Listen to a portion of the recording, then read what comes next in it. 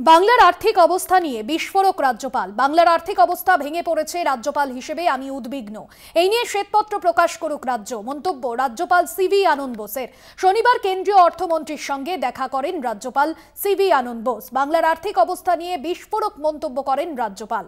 আপনাদের জানিয়ে রাখবো যে মন্তব্য রাজ্যপাল করেছেন, রাজ্যপাল হিসেবে আমি উদ্বিগ্ন। এই নিয়ে শ্বেতপত্র প্রকাশ করুক রাজ্য। বাংলার আর্থিক অবস্থা ভেঙে পড়েছে, এমনটাই মন্তব্য করেছেন রাজ্যপাল CV Ananda Bose.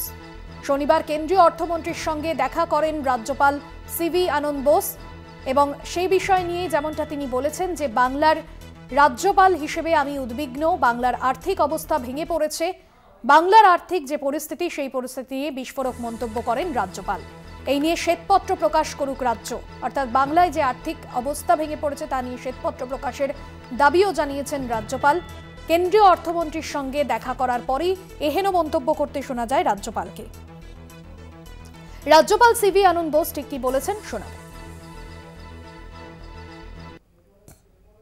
It is very disturbing, shocking, shattering to see that West Bengal is facing a financial breakdown.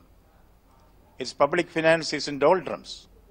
As a responsible governor, I, upon the authority vested in the governor under Article 167 of the Constitution of India, I have asked for an emergency cabinet meeting to discuss this issue and also issue a white paper on the finances of the state.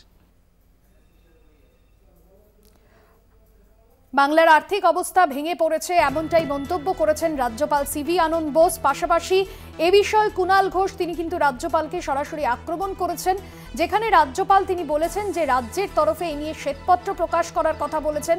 কেন্দ্রীয় অর্থমন্ত্রীর সঙ্গে দেখা করার পরই এমনটা বলেছেন এবং রাজ্যপালের এহেন মন্তব্য প্রসঙ্গে তৃণমূল মুখপাত্র কুণাল ঘোষ কি বলেছেন শোনাবো।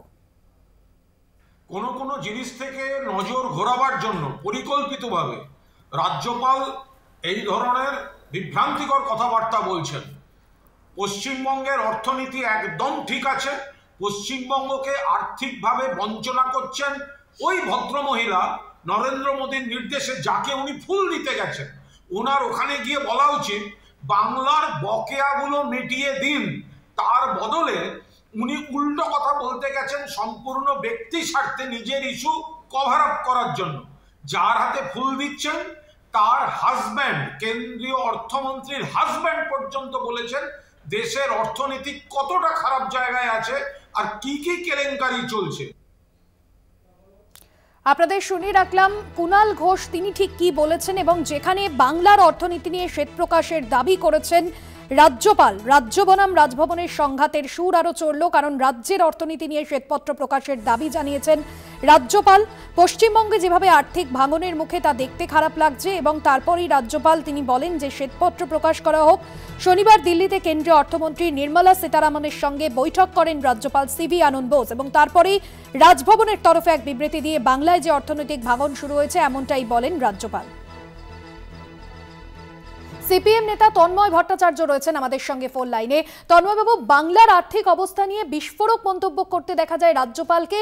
গতকাল বৈঠকের পর দিল্লিতে নির্মলা সীতারামনের সঙ্গে তিনি বলেন বাংলার আর্থিক অবস্থা ভেঙে পড়েছে, শ্বেতপত্র প্রকাশের দাবি জানিয়েছেন। কি বলবেন আপনি?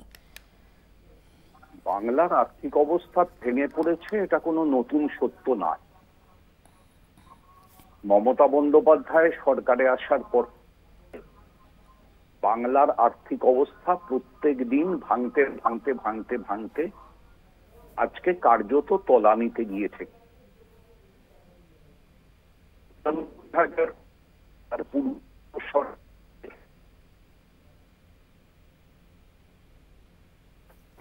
মমতা ব্যানার্জি। তন্ময়বাবু, যদি স্থান পরিবর্তন করে কথা বলা সম্ভব হয়।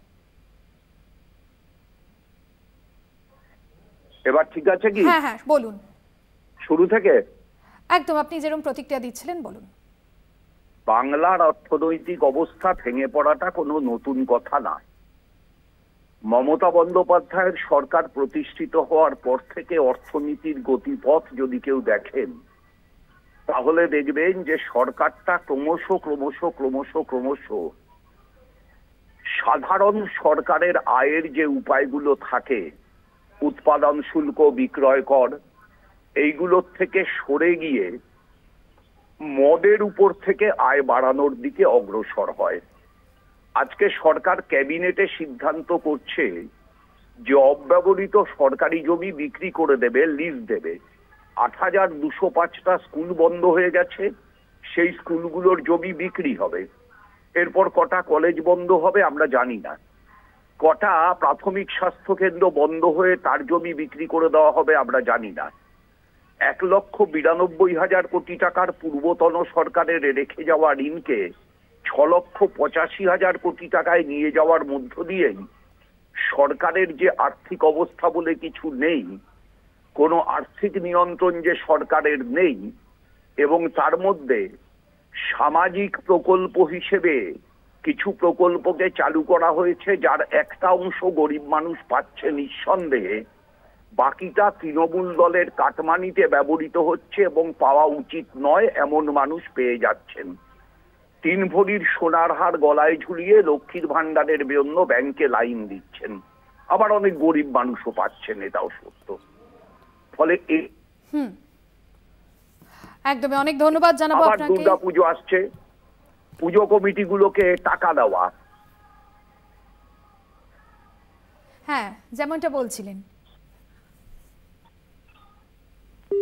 সম্ভবত যোগাযোগ বিচ্ছিন্ন হয়েছে। তন্ময় ভট্টাচার্য সিপিএম নেতা ছিলেন আমাদের সঙ্গে।